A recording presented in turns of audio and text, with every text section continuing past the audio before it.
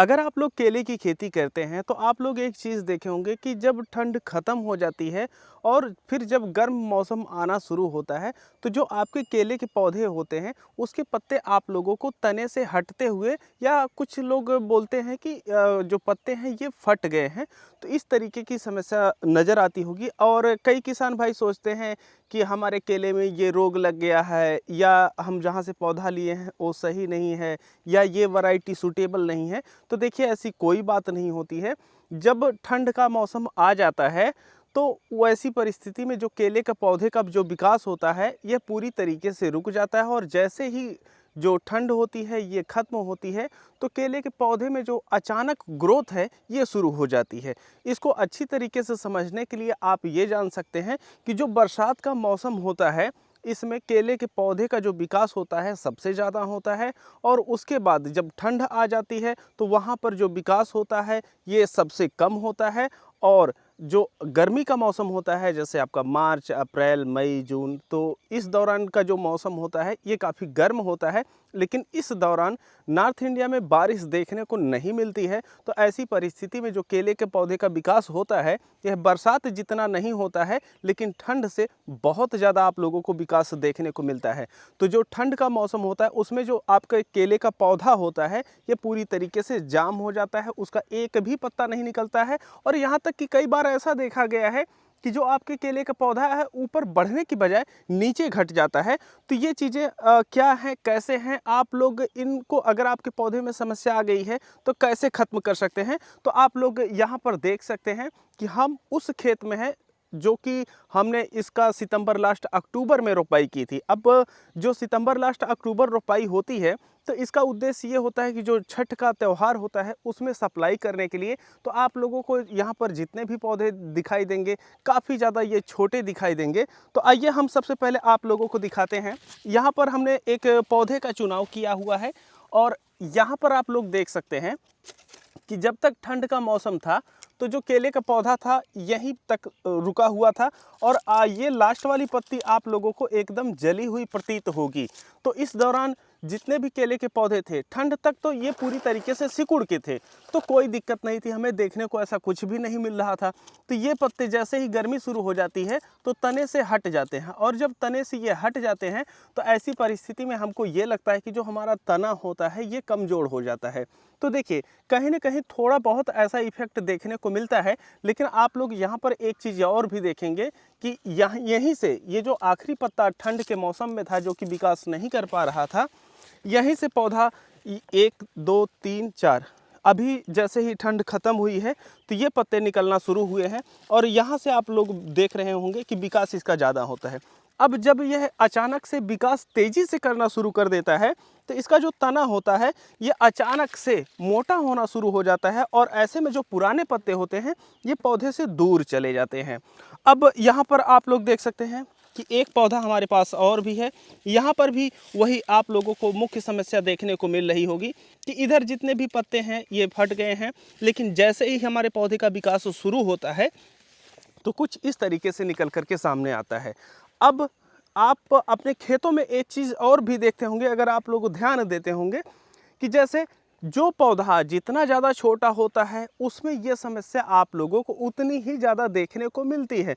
अब इसका कारण ये होता है कि जो पौधा जितना ज़्यादा छोटा रहता है उतना ही ज़्यादा उस पर जो ठंड का असर होता है ये पड़ता है और जो पौधा जितना ही ज़्यादा बड़ा होता है उस पर ठंड का जो प्रभाव होता है वो कम पड़ता है। इसका कारण ये होता है कि जो बड़े पौधे होते हैं उनमें जो ठंड झेलने की क्षमता होती है ये काफ़ी ज़्यादा होती है। तो आप लोग यहाँ पर हम आप लोगों को दिखाए हैं, आप सभी पौधों में लगभग देख रहे होंगे कि यहाँ पर ये जो पत्ते हैं कुछ इस तरीके से फटे हुए नज़र आ रहे हैं। हमारे पास कुछ पौधे ऐसे हैं कि जो कि काफ़ी बड़े हो चुके थे, उन पे जो ठंड का प्रभाव है ये बहुत ही कम पड़ा था। तो हम आप लोगों को वो भी दिखा देना चाहते हैं और अगर ऐसा हो जाता है तो आप क्या कर सकते हैं ये भी चीज़ें हम आप लोगों को दिखाएंगे। तो यहाँ पर आप लोग देख सकते हैं कि ये एक बड़ा पौधा है और इस तरफ अगर आप लोग देखेंगे तो यहाँ पर भी आप लोगों को ये जो पौधा है यह बड़ा दिखाई दे रहा होगा। तो आप लोग एक चीज़ देखेंगे कि यहाँ पर जो पौधे की पत्तियों की दूरी है यह पर्याप्त बनी हुई है। और वहीं पर जिस पे ठंड ज़्यादा पड़ती है तो उसके जो पत्ते होते हैं घने हो जाते हैं। तो कई किसानों को ये लगता है कि जो हमारे पौधे हैं इन पे बंची टाप या छोटी पत्ती वाला जो रोग होता है ये लग गया है या वैरायटी सही नहीं है। तो ऐसा कुछ नहीं होता है। तो यहाँ पर आप लोग देखेंगे कि पर्याप्त गैप है। इसका कारण ये है कि ये पौधा अपने में मजबूत था और इस पे जो ठंड का प्रभाव पड़ा है ये नहीं पड़ा है। यहाँ पर भी आप देख सकते हैं। और इस तरफ अगर आप लोग देखेंगे तो यहाँ पर भी आप लोगों को सेम वैसी ही स्थिति दिखाई देती होगी। तो अगर आपके पौधे को पाला नहीं मारता है और आपका पौधा बच जाता है लेकिन वह छोटा है, अगर उस पर ठंड का प्रभाव पड़ता है तो ऐसी परिस्थिति में उसके पत्ते आप लोगों को घने नज़र आएंगे। और जब आपका ठंड ख़त्म हो जाएगी और गर्मी आना शुरू होगी तो उसके पत्ते फैल जाते हैं। और जो ये समस्याएं हैं ये आप लोगों को आपके खेत में देखने को मिलती हैं। लेकिन इसको आप रिलेट कर सकते हैं इसके साथ कि आपके खुद के खेत में अगर ऐसी समस्या है तो देखेंगे कि जो पौधा जितना ज़्यादा विकास किया हुआ है उस पर यह समस्या उतनी ही ज़्यादा कम होती है। और जो हमारा पौधा जितना ज़्यादा छोटा होता है उस पर यह समस्या उतनी ज़्यादा देखने को मिलती है। ये जो हम जानकारी आप लोगों को दे रहे हैं एक किसान के तौर पे बता रहे हैं कि जो आप लोगों को फील्ड में देखने को आती है ये किसी भी प्रकार का रोग नहीं है। लेकिन अगर आप लोग चाहते हैं कि ऐसे लक्षण आपके खेतों में दिखाई देते हैं तो आप क्या कर सकते हैं। देखिए, जब ठंड ख़त्म हो जाती है तो अगर आपके पौधे छोटे हैं तभी तो ऐसी समस्या आप लोगों को देखने को मिलेगी। तो इसका मतलब है कि जो आपके पौधे हैं उनको तेज़ ग्रोथ चाहिए। तो जब ठंड ख़त्म हो जाती है लगभग मध्य फरवरी के आसपास जा कर के आप लोग एक बार अच्छे से गुड़ाई कर दीजिए खेत का। और उसमें के बाद जो डोज होता है वह बेसल डोज जो आप देते हैं DAP, urea, potash, sulphur, zinc वगैरह वो थोड़ा सा बढ़ा करके दीजिए। और इसके साथ ही साथ अब स्प्रे में हम बात करते हैं तो स्प्रे में आप लोगों को ये करना चाहिए जब भी आप लोग स्प्रे करने जाते हैं तो उसमें आप लोगों को लेना है एनपीके 20-20-20 और वो आपका रहेगा 4 ग्राम प्रति लीटर। और एक चीज़ और आप लोगों को करनी है 4 ग्राम प्रति लीटर के हिसाब से ही आप लोगों को जो बोरान होता है यह ले लेना होता है। ये 2 चीज़ें हो गई। और तीसरी चीज़ इसमें मिक्स करनी होती है जो हमारा ग्रोथ बूस्टर आता है जो पौधे की बढ़वार को सहायता करता है तो वो ले लेना है। और जो ग्रोथ बूस्टर आते हैं अलग अलग कंपनियों के रहते हैं तो उनका जो डोज होता है ये अलग अलग रहता है।